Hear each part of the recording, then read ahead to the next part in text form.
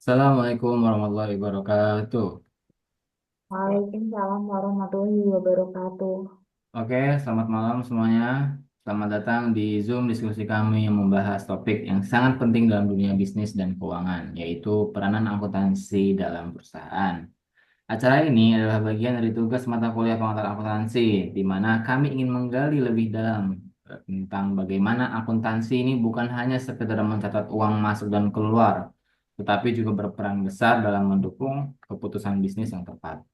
Hari ini kita ditemani oleh empat narasumber yang luar biasa dan sudah mempersiapkan materi dengan sangat baik. Langsung saja kita ke sesi pertama bersama Mas Adit. Oke, Mas Adit, kalau kita Oke. dengar-dengar kata akuntansi ini mungkin langsung terbayang oleh banyak orang adalah hitung-hitung atau catatan keuangan atau bahkan laporan laba rugi. Tapi sebenarnya apa Mm-mm. pengertian akuntansi yang lebih menyeluruh? Terutama dari sudut Oke, pandang yang lebih akademis atau profesional. Dan kenapa akuntansi sampai disebut sebagai bahasa bisnis? Silakan. oke. Kita mulai pertanyaan dari kenapa akuntansi, pengertian akuntansi ya. Akuntansi dari sudut pandang umum memang sering dikatakan sebagai proses mencatat suatu keuangan. Tetapi apakah mencatat itu doang bisa dikatakan akuntansi? Kan tentu tidak. Masih banyak proses yang harus dilalui. Contoh seperti setelah mencatat kita itu ngapain? Nah, kita itu mengambil keputusan berdasarkan informasi yang telah diolah dari data penjualan ataupun dari data keuangan untuk digunakan menjadi keputusan yang tepat dalam pengambilan suatu suatu apa ya, kayak keputusan gitulah. Misal nih, akuntansi dalam penjualan minuman teh misal.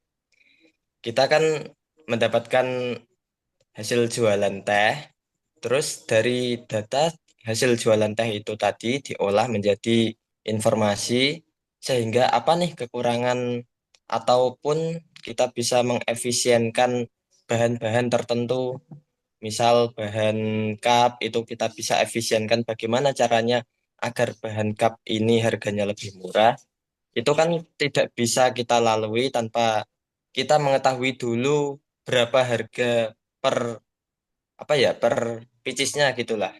Setelah kita mengetahui harga per picisnya, kita akan mengetahui harga keseluruhan. Dari situ kita bisa mengambil keputusan. Maka dari itu, akuntansi adalah proses di mana mencatat eh, seluruh kegiatan ekonomi dalam perusahaan ataupun organisasi, kemudian diolah menjadi informasi, dan dari data olahan tersebut akan digunakan oleh pihak-pihak yang berkepentingan untuk mengambil keputusan yang tepat begitu. Wah, menarik sekali ya. Jadi akuntansi itu ternyata jauh lebih luas ya daripada yang dibayangkan oleh orang awam. Nah, kalau tadi disebut Oke, bahwa informasi akuntansi digunakan untuk pengambilan keputusan, siapa saja sebenarnya yang mengandalkan informasi ini dalam praktik nyata? Apakah hanya manajer dan pemilik perusahaan saja, atau ada pihak lain juga yang tergantung pada laporan keuangan? oke. Sebenarnya kalau terkait dengan keputusan bisnis, itu memang pihak internal dari perusahaan ataupun dari pelaku organisasi itu sendiri. Tapi di sisi lain, pihak mahasiswa ataupun akademisi juga mendapatkan hak untuk memperoleh informasi dari akuntansi tersebut. Nah, gunanya itu dari pihak akademisi ataupun mahasiswa itu supaya bisa mengembangkan apa ya, kayak menganalisis dan mengembangkan bidang akuntansi lebih luas begitu. Bisa dikembangkan ilmunya. Dari sini kita bisa mengambil kesimpulan bahwa pihak yang menggunakan informasi akuntansi itu ada dua pihak secara umum, yakni dari pihak internal perusahaan ataupun pelaku organisasi. Kedua adalah pihak eksternal yang tidak terlibat langsung dengan perusahaan, tetapi bisa mengembangkan ilmu akuntansi jauh lebih apa ya, bisa dikatakan lebih efisien ataupun diperbaharui begitu, Mas. Maka dari itu ada dua pihak besar yang menggunakan sumber akuntansi. Tentunya adalah pihak dari internal itu tadi, dan kedua adalah pihak dari eksternal seperti mahasiswa dan para akademisi. Sudah berarti ya. Oh, baik, terima kasih atas waktunya untuk Mas Aldi. Sekarang mari kita lanjut ke Mbak Ratna ya. Oke, Mbak Ratna, dunia usaha itu sangat beragam. Ada perusahaan kecil, menengah, sampai yang besar.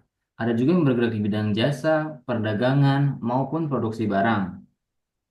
Bisakah Mbak Ratna jelaskan apa saja sebenarnya jenis-jenis perusahaan berdasarkan kegiatan operasionalnya? Dan kenapa penting bagi kita sebagai mahasiswa akuntansi untuk memahami perbedaan jenis ini? Silakan. Secara umum, jenis perusahaan berdasarkan kegiatannya dibagi menjadi tiga, yaitu perusahaan jasa, dagang, dan manufaktur. Perusahaan jasa memberikan layanan tanpa menghasilkan barang fisik, seperti salon atau firma hukum. Perusahaan dagang membeli dan menjual barang tanpa mengubah bentuknya, seperti toko kelontong. Sementara perusahaan manufaktur mengubah bahan baku menjadi barang jadi, seperti pabrik makanan. Mahasiswa akuntansi perlu memahami ini karena jenis perusahaan memengaruhi proses pencatatan dan penyusunan laporan keuangan. Oke, lalu selain dari jenis kegiatannya, perusahaan juga punya bentuk hukum yang berbeda-beda, seperti PT atau koperasi. Nah, bisakah dijelaskan bentuk-bentuk perusahaan dari sisi hukumnya, dan bagaimana perbedaan struktur hukum ini memenuhi pencatatan akuntansinya? Untuk perusahaan bisa berupa perseorangan, firma, CV, PT, dan koperasi. Perusahaan perseorangan dimiliki satu orang, sementara firma dan CP terdiri dari lebih dari satu orang dengan peran yang berbeda. PT adalah badan hukum yang terpisah dari pemiliknya, sedangkan koperasi dimiliki oleh anggotanya dan berasaskan kekeluargaan. Bentuk hukum ini mengaruhi struktur kepemilikan, tanggung jawab, serta penyajian laporan keuangan. Oke, terima kasih Mbak Ratna atas jawabannya ya. Sekarang kita akan lanjut ke Mbak Anggun, yaitu tentang bidang akuntansi dan profesi di akuntansi. Mbak Anggun, akuntansi sebagai disiplin ilmu ternyata memiliki banyak cabang atau bidang spesialisasi.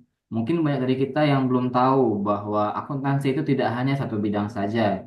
Bisakah Mbak Anggun ceritakan apa saja bidang-bidang utama dalam akuntansi dan dalam konteks perusahaan? Bagaimana peran masing-masing di bidang ini? Akuntansi memiliki beberapa bidang, yaitu akuntansi keuangan, akuntansi manajemen, akuntansi biaya, akuntansi perpajakan, auditing, dan sistem informasi akuntansi. Masing-masing bidang ini berfokus pada aspek yang berbeda. Misalnya, akuntansi keuangan menyusun laporan keuangan, akuntansi manajemen membantu dalam pengambilan keputusan internal, auditing bertugas memeriksa keandalan laporan keuangan, dan perpajakan mengurus kewajiban pajak perusahaan. Oke, nah bicara soal bidang akuntansi, tentu berkaitan juga dong dengan profesi yang bisa ditekuni oleh lulusan akuntansi. Bisakah Mbak Anggun berikan gambaran profesi-profesi apa saja yang bisa kita jalani baik di sektor swasta maupun publik dan apa tanggung jawab utamanya? Ada beberapa profesi akuntansi, antara lain akuntansi publik, auditor internal, akuntan manajemen, konsultan pajak, analisis keuangan, hingga dosen akuntansi. Akuntan publik biasanya bekerja di kantor akuntan publik dan melayani berbagai klien. Auditor internal bertanggung jawab memeriksa sistem dan kepatuhan internal perusahaan.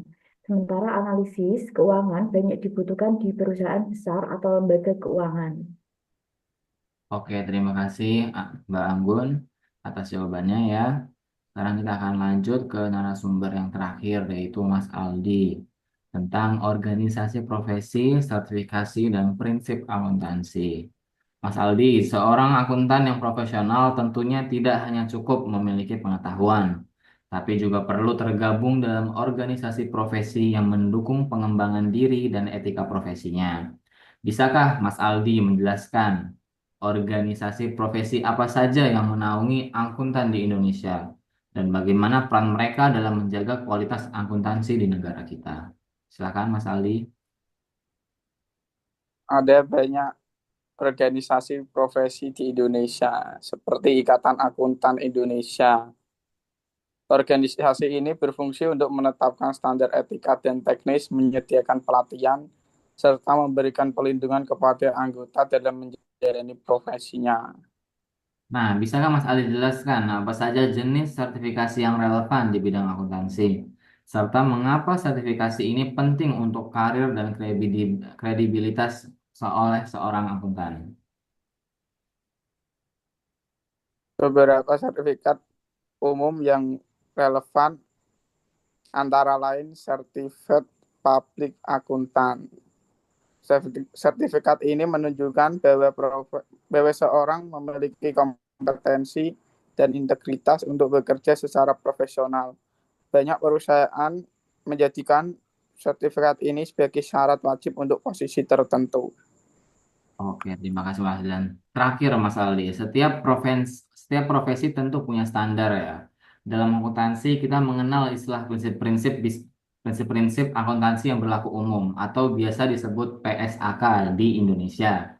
Bisakah Mas Aldi jelaskan prinsip utama itu dan mengapa sangat penting bagi semua akuntan untuk mengikuti prinsip yang sama? Beberapa prinsip penting diantaranya prinsip kesatuan entitas, prinsip biaya historis, prinsip konsistensi, prinsip kehati-hatian, dan prinsip materialitas. Prinsip ini dirangkum dalam Pernyataan Standar Akuntan Keuangan atau PSAK yang dikeluarkan oleh IAI. Standarisasi ini penting agar laporan keuangan bisa dibandingkan secara adil dan dapat dipercaya oleh semua pihak. Oke, terima kasih banyak ya Mas Aldi atas jawabannya. Wah, Oke. diskusi yang sangat bermanfaat ya hari ini ya untuk teman-teman. Kita sudah membahas topik berbagai aspek penting dalam akuntansi, mulai dari pengertian dasar, siapa yang menggunakan informasi akuntansi, jenis perusahaan, bidang, dan profesi akuntansi. Bahkan hingga prinsip dan organisasi profesi yang membentuk landasan praktik akuntansi. Semoga teman-teman yang menonton video ini bisa lebih memahami bahwa akuntansi bukan hanya tentang angka, tapi tentang bagaimana angka-angka itu bisa menginformasikan, mengarahkan, dan mengamankan keputusan bisnis yang tepat. Terima kasih banyak kepada Mas Adib, Mbak Ratna, Mbak Anggun, Mas Aldi Mas Aldi atas penjelasan yang sangat insightful sekali ya. Terima kasih banyak kepada guru-guru dosen kita telah memberikan waktu dan kesempatan agar kita bisa membuat video seperti ini juga. Oke teman-teman, mungkin cukup sekian dari kami, kelompok 7 dari pengantar akuntansi. Terima kasih atas waktunya. Assalamualaikum warahmatullahi wabarakatuh. Waalaikumsalam warahmatullahi wabarakatuh.